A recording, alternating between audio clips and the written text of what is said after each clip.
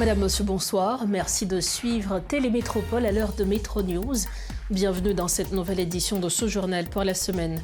À la une, la CARICOM salue la publication du calendrier électoral par le Conseil électoral provisoire qui fixe le premier tour des élections présidentielles et législatives ainsi que le référendum constitutionnel au 13 décembre 2026. Tout en saluant cette avancée, l'organisation insiste sur la nécessité d'améliorer rapidement les conditions sécuritaires et de poursuivre les préparatifs du scrutin. Des membres de l'opposition progressiste ont manifesté ce mardi devant les bureaux de l'OEA afin de dénoncer ce qu'ils qualifient d'ingérence de la communauté internationale dans les affaires haïtiennes. Il estime que les conditions actuelles ne permettent pas l'organisation d'élections libres, honnêtes et crédibles.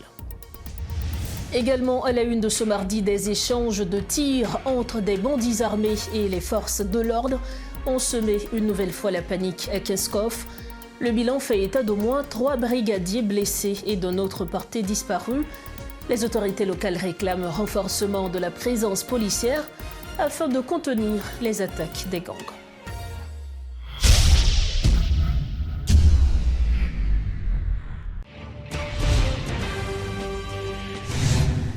Bienvenue au développement des titres de l'actualité. La CARICOM salue la publication du calendrier électoral par le Conseil électoral provisoire qui fixe le premier tour des élections présidentielles et législatives, ainsi que le référendum constitutionnel au 13 décembre 2026. Dans un communiqué publié le lundi 27 juillet, le groupe des éminentes personnalités de la CARICOM a qualifié cette annonce d'étape cruciale pour le processus électoral et a appelé tous les acteurs haïtiens à s'engager pleinement dans les préparatifs, notamment l'enregistrement des partis politiques et des électeurs. Le PG a également insisté sur l'urgence d'une amélioration de la sécurité, exhortant les pays contributeurs à déployer rapidement leur contingent au sein de la force de répression des gangs avant la tenue du scrutin. Toujours dans ce chapitre, le premier tour des prochaines élections est prévu pour le 13 décembre 2026, conformément au calendrier électoral récemment publié par le CEP. Pourtant, les conseils électoraux annoncent des préparatifs pour 7 départements, alors que la situation sociopolitique et sécuritaire continue de se détériorer dans plusieurs régions du pays. Des acteurs politiques estiment que le processus électoral risque de se heurter à de nombreux obstacles. Le docteur Jean-Hénold Buteau, responsable de la structure politique alternative socialiste, est notre invité ce soir à Métro News pour commenter cette actualité. Bonsoir docteur Buteau, merci d'être avec nous à Métro News ce soir. Bonsoir Madame Barthélémy, bonsoir à tous les auditeurs et toutes les auditrices de Radio Métropole. Merci de m'avoir invité.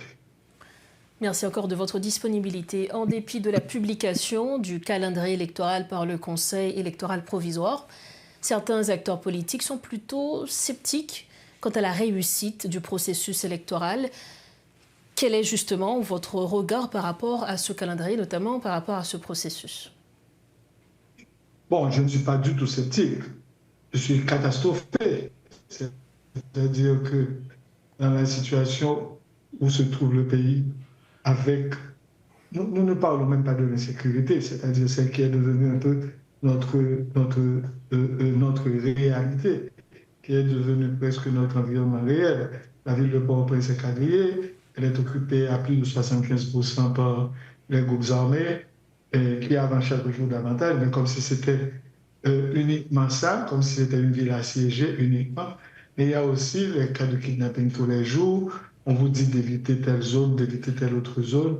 En même temps, l'offensive sur Keskov, même si c'est entre hier et aujourd'hui, il y a eu entre guillemets une accalmie, mais c'est quand même une offensive brutale, cruelle, sauvage. Donc, je pense que je suis tout à fait catastrophé quand je pense que parler d'élections et en plus publier un calendrier électoral, c'est comme si nous étions dans une situation tout à fait normale où tout s'effectue, toutes les institutions fonctionnent. Ne parlons même pas d'institutions, parlons de la vie quotidienne, où la vie quotidienne évolue de façon normale et régulière Donc, je pense que c'est un peu c'est plus que de la désinvolture, c'est du mépris. Alors, selon vous, on ne devrait pas parler d'élection dans ce contexte d'insécurité. Lorsqu'on sait que certains partis réclament le départ du pouvoir en place, est-ce qu'on va se dire, est-ce que vous êtes plutôt, vous tenez du côté de ceux qui pensent que, OK, on va continuer avec ce pouvoir en place qui va travailler pour rétablir la situation sécuritaire avant même de parler d'élection, ou est-ce qu'on va plutôt demander une nouvelle transition, cette nouvelle transition qui se chargera de résoudre la question sécuritaire? Il il y a un ensemble de choix de termes que nous avons pris l'habitude de faire. Et à mon avis, je ne sais pas, qui est un peu trompeur. C'est-à-dire, quand on dit une nouvelle transition, ou bien quand on dit est-ce que ce gouvernement devait partir, je me souviens qu'il y a un président français qui avait dit il y a des histoires qui ne peuvent finir que mal. Et c'est exactement le cas pour M. Fizeme. Son histoire ne peut que mal finir. C'est-à-dire, elle a été conçue dans des circonstances d'anomalie, dans des circonstances je pourrais dire, de volonté, de piquer devant avec l'ancien chargé d'affaires américain. Il y a eu évidemment quelques acteurs de la société civile, notamment des droits humains, et la plupart des acteurs de la presse. Je comprends qu'ils ne comprennent pas. Ça, je suis d'accord parce que je regarde l'histoire avec mon propre prisme d'analyse. Donc, je comprends qu'ils ne comprennent pas ce que moi, je comprends. Mais je peux dire que nous avions un semblant d'équilibre et monsieur et le chargé d'affaires américain, avec, je répète, la complicité de très grands groupes du secteur des affaires et avec notamment monsieur Laurent Saint-Cyr, et ils ont concocté une formule, c'est-à-dire continuer avec monsieur Fizeme, comme si nous étions dans une normalité constitutionnelle, comme si nous n'avions pas besoin de consensus. Ils ont donc concocté un soi-disant pacte avec les mêmes amis que M. Fizeme avait autour de lui lorsqu'il était Premier ministre sur le KPT. Donc, ils ont monté ce que je remets les guillemets, ils ont monté entre guillemets un pacte. Et ce pacte, qui est un pacte de copains, un pacte de petits copains, ce n'est pas un pacte consensuel. Et nous avons besoin de consensuel. On aura beau dire, concernant le KPT, il y avait un souci, une vocation de consensus. Malheureusement, le KPT a été en quelque sorte imprégnée d'un ensemble de pathologies congénitales, souffrir que j'utilise un terme médical, et ces pathologies congénitales, évidemment, il y avait le nombre exorbitant de conseillers, il y avait des appétits démesurés à l'intérieur des conseillers, des appétits tant de pouvoir, également d'appétits financiers. Donc, évidemment, ça a constitué une bombe à retardement qui a explosé. Donc, mais maintenant, et le substitué par M. Fizeme, c'est encore un mal encore plus désastreux que ce que nous avions. Donc, M. Fizeme, qui revient de nulle part, quelqu'un l'avait pris. Quand on dit que tous les conseillers l'avaient choisi, c'est archi faux, c'est pas vrai. Tous les conseillers ne l'avaient pas choisi. Mais bref, il y a eu probablement des pressions qui l'ont imposé. Et par la suite, ces mêmes pressions l'ont imposé comme Premier ministre unique, comme Premier ministre monocéphale. Et c'est aberrant, hein, c'est complètement aberrant. On ne peut pas faire ça à un pays. Et maintenant, ils avancent, ils avancent, je dois utiliser le pluriel, ils avancent, parce que ces mêmes secteurs, ils sont pluriels, ils avancent vers des élections. Et il y a des voix qui utilisent des clichés affreux, des clichés boiteux, c'est-à-dire parler de mauvais perdants en parlant de tous ceux qui ne veulent pas de ce genre d'élection. Alors, si vous parlez de mauvais perdants, c'est que vous connaissez les gagnants. Et si vous connaissez les gagnants, pourquoi donc faire des élections? Donc on n'a pas besoin, vous connaissez les perdants, il suffit de nommer les gagnants alors. Donc, je pense que nous avons besoin de meilleures conditions pour les élections. Et la condition sine qua non, la première, si vous voulez, condition pour ces élections, c'est reconstituer le schéma du pouvoir exécutif. Voilà, c'est ce que je pense. Et je l'ai proposé, quand je dis je, excusez-moi que je pêche par pronom la première personne, nous avons, à l'Alternative socialiste, le 30 juin 2025, nous avions proposé déjà le départ de M. Fils-Aimé. Ce n'est pas maintenant que nous le proposons, parce que nous savions que M. Fils-Aimé, avec les appétits dont il avait fait montre, par exemple, quand il avait dit de façon presque, je dirais,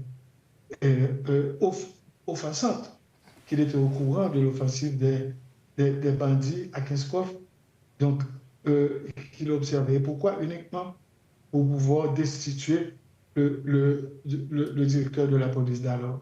Donc je ne pense pas que ce soit quelqu'un qui ait le sens de la concorde.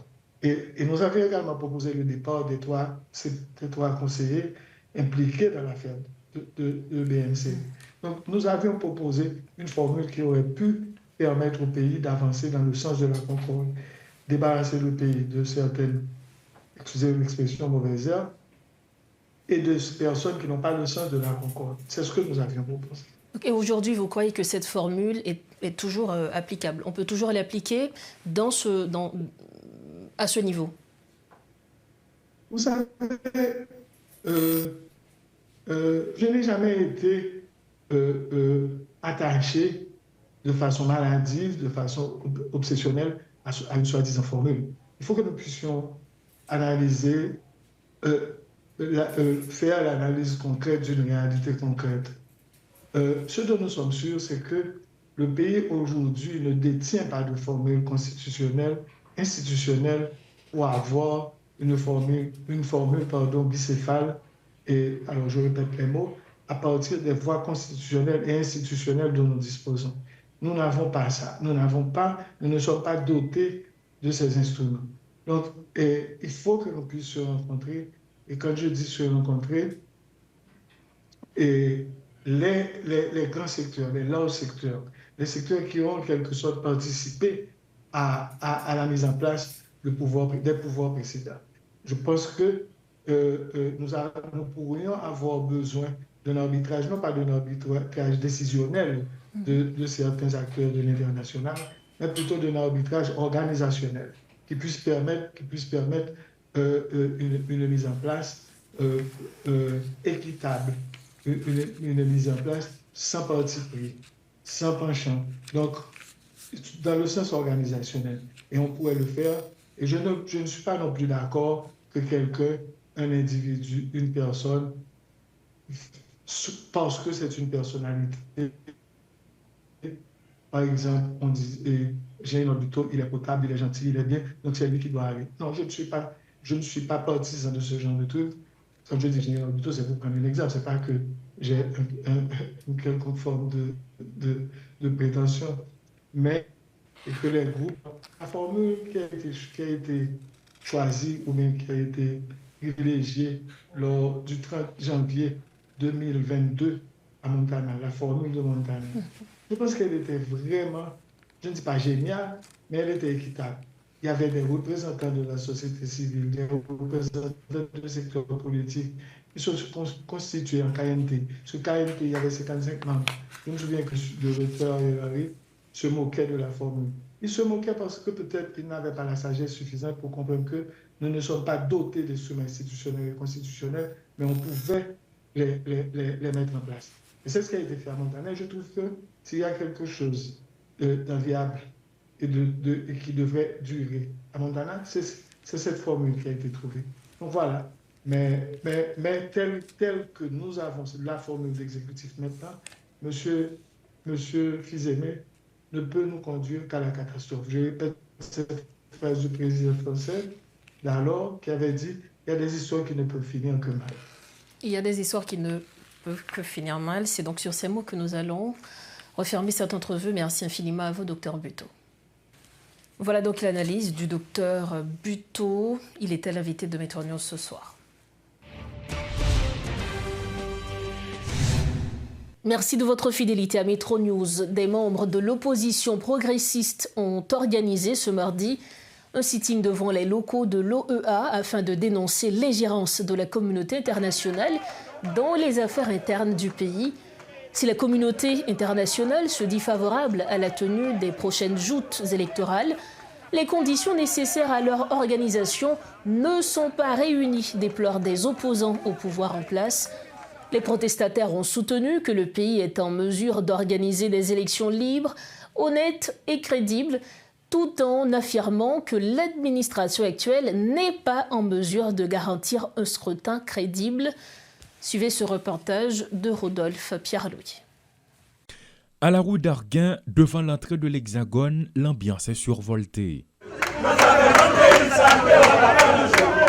Des membres de l'opposition progressiste se sont massés devant ce bâtiment qui abrite plusieurs bureaux, notamment celui de l'OEA, pour dénoncer le comportement de la communauté internationale.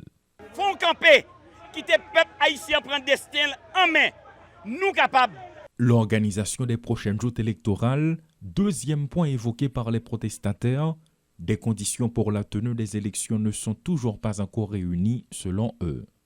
Tantôt de CCEP qui pas voulu faire élection, tantôt de CALIC DJ Fizé qui pas voulu élection. Avec vous venez sentir qu'on joue mais le cap jouer sous deux peuples haïtiens.